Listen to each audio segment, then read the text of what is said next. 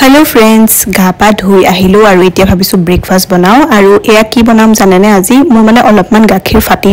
গৈছিল যোনখিনি মই পেলাই দিবলৈ বেয়া পালো আৰু পনীৰ বনাবলৈ বহুত কম হয় গতিকে তাতে মই অলপমান চেনি আৰু নিমখ দি ভালকে মিক্স কৰি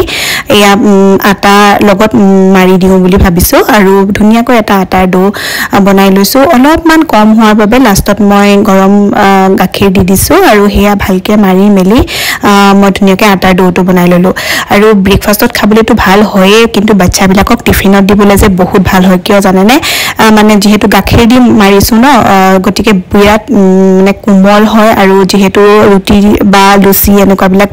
টিফিনত দি পঠালে কেতিয়াবা টান হৈ যায় ন কিন্তু এনেকৈ মাৰি পিনি যদি দিয়ে তেতিয়া কিন্তু টান নহয় খাবলৈ কিন্তু বিৰাট টেস্টি হয় আৰু মই এয়া অলপমান চিকেন আছিল চিকেন গ্ৰেভি লগত লৈ ললো আৰু অলপমান আমৰ আচাৰ কিমান সফট হৈছে চাওকচোন একদম খাবলৈ যে নানৰ নিচিনা টেষ্ট হয় মই ৰঙা আটা ইউজ কৰিছিলো বগা আটাটো আপোনালোকে ল'ব পাৰে